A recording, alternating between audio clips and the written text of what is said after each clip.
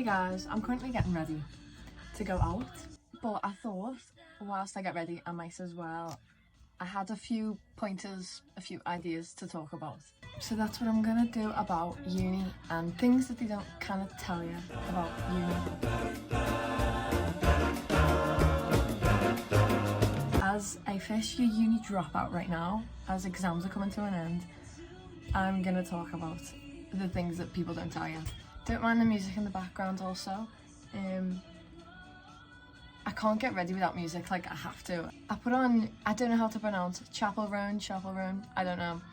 But I've heard bits here and there, so I'm just getting an idea. I just want to know what she's like. Okay, the first point I'm going to mention is you really are on your own. Like, you really are. In terms of like academics. I mean, yeah, if you're moving out, you are on your own until you kind of get used to your flatmates and stuff.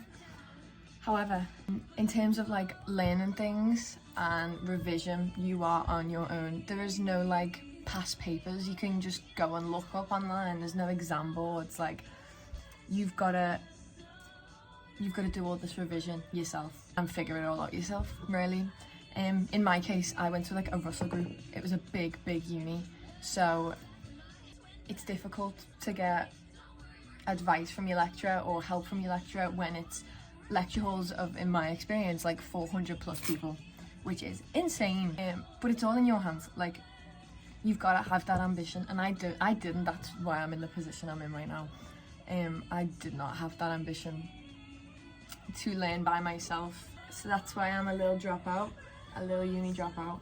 Another point I want to talk about: all your different modules have different people in them.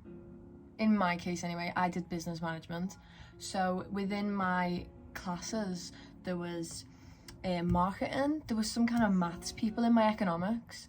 I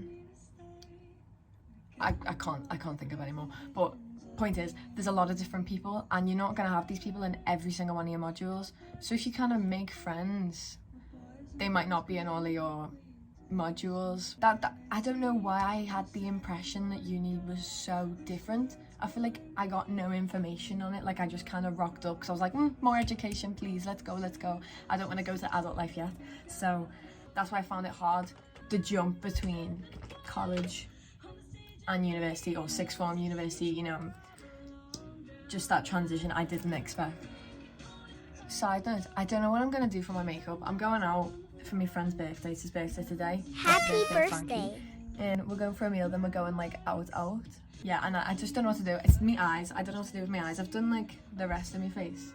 I was never, I was a late in makeup. I don't really know what I'm doing. I think I only started using makeup when I was 15. I was a little tomboy. Yeah, so if my like kind of methods that you pick up are a bit strange, none of your business, ignore it. I'm trying.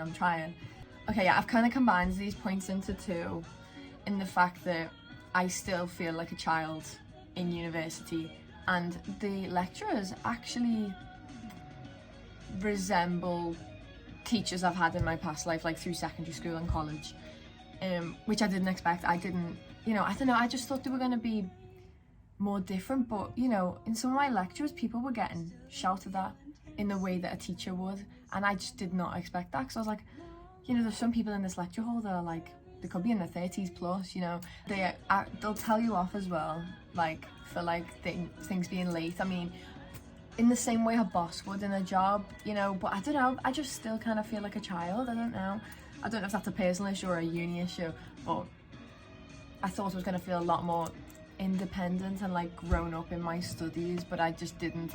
Oh yeah, this isn't just tied down to uni, this point. However, making friends is fucking hard. I think I made like one friend, but she approached me. People always tell you you're gonna make the best friends for like, sorry, my laptop was gonna turn off then. I've got my little pointers on here, my points that I come up with. But they always tell you you're gonna make the best friends of your life in uni. I've not kept in contact with anyone from group projects, from like presentations, from like smaller seminars. I've not, like, in the slightest. Like, I kind of felt like everyone was making friends and they'd form friend groups, and then I was getting left behind, I don't know. And then it was like once that point had already, once it got past that point of where everyone was making friend groups, I couldn't like integrate anymore because it would be weird. You know, at the start everyone's just single, but for every single one of my lectures I sat at the very back, in the very back corner seat. That was my little seat. Maybe it's my fault for that, but I mean, a lot of people struggle with like the worries of making friends. Like, that's not, like, obviously that's not just me. You know, I've been okay in my flat apart from 2 people, and one of them I was friends with already. Everyone else, you know, not really friends. Like, it's just, that's just the way it is. I think a lot of people make the good friends, the good close friends in like end of second year into third. I just expected to make a few, but it's really fucking hard. So if you're going into university, don't put pressure on yourself too, because, you know, the one friend I made, she approached me. She said she liked my headphones.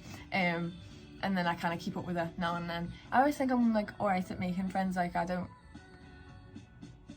come off as bitchy, I hope. Like, I don't know. I put this lip balm on and it tastes like soap, and it's really, I want to take it off. Anyway, don't put pressure on yourself to make friends, because maybe then people might come up to you. So, but if you get the confidence to go up to someone, go and compliment their fucking headphones. You know, compliment their outfit, anything. Ask for the time, you know, something little. It might, you know, I regret not making more friends basically, because it is hard. But push yourself, because I didn't push myself. Point number 5, I didn't get much support from my uni. This kind of links into the first point, like, of you being on your own. I did like kind of contact the uni about like me wanting to drop out and like not knowing what to do, and like I was redirected in like a million different places. This might be because it's a big uni, and I feel like some fucking tea. Like, I feel like they kind of ride the back of their reputation way too fucking much. Like, we're a Russell Grip uni, we're red brick, whatever that fucking means. Like, I feel like the bigger unis will do that. Like, their ego is fucking huge, and then they don't work on the minor details like supporting people. And support is just really fucking hard to get to. You know, I kind of filled out a form about me talking like about how I wasn't happy in uni and I didn't know what to do. I didn't know what my options were, and I was automatically referred to a group therapy session on anxiety. Now, that is not what I fucking needed. I needed a one-on-one, and I did eventually get that, and the guy was really nice that like kind of talked to me. But why was like, it was an automatic response. I think it was like a fucking robot that just like looked at my checkboxes, didn't read my like written responses, and just sent me to a fucking group therapy session, which I didn't attend because I didn't fucking ask for that. I know I would hate that. Who fucking wants a group therapy session? I literally was just talking about the fact I don't like education and I want to fucking leave. Sent me around the houses. They said email this person, and then that person would say email this person, and it's just, it was stressful enough being in uni and not knowing what to do. And then when I actually do kind of reach out for some support from the uni, that's what happens, which is more fucking stress. I don't want that. I need to do my makeup while I talk. I chat too much shite. Side note, this is the best mascara in the fucking world.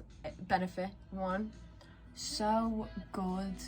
6th point, this isn't like hidden knowledge. This isn't like fucking Victoria's Secret being leaked. Like, this is well known, but uni really is expensive. Like, when they say you need your fucking overdraft and your loan and stuff, you really do. Like, there's not been a time where I've not been in my overdraft since September. I'm a big spender, but I also have 2 jobs. I've had 2 jobs since. Got one in October, second one came along in December. So I've had 2 jobs. And another point I'll say about that is, I regret not telling my parents when I'm in money issues. I just think they're gonna shout at me and tell me off because I'm not sensible with money. But looking back, I fucking should have, because they've always said to me, they've always said like, if you need help with anything, like, tell us. Like, I'd rather you tell us than just be struggling for money. And I wish I did. Can you see all the eyelashes that are coming out? I had extensions on because I went on holiday, and I think they fucked up my natural eyelashes. I wanted to live the uni life, you know, going out all the time, and I did. And do I regret it? No, I actually don't.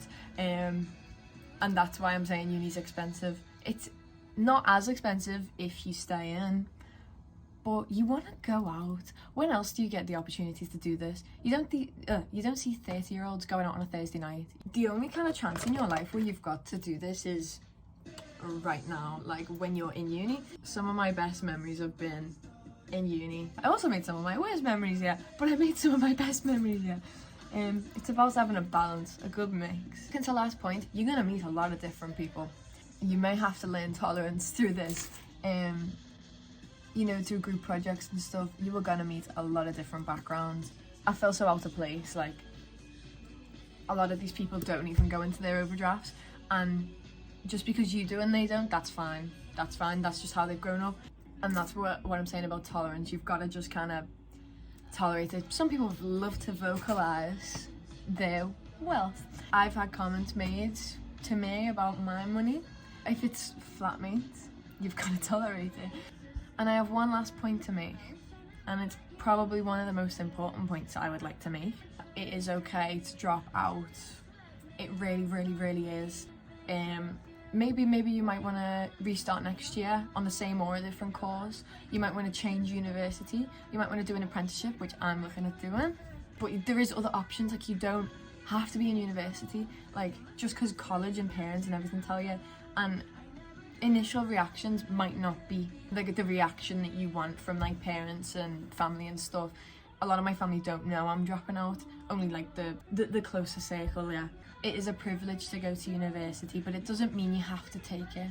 But how are you going to know that unless you come to university? Do you know what I mean? So it's not a waste of money, it's not a waste of time. You wouldn't have known this if you didn't come. I believe that everything happens for a reason, and something is going to line up for me, and something will line up for you too. But I've not got much else to say, so I'm going to get ready, and I will do a little outro. Update guys, I'm ready finally. I was gonna like kill my hair a bit more, but I was getting really annoyed, so I didn't.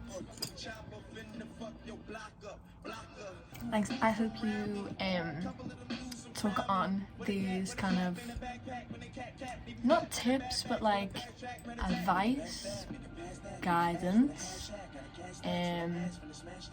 almost like a trigger warning for uni. Hey guys, this is what people don't tell you. Thank you.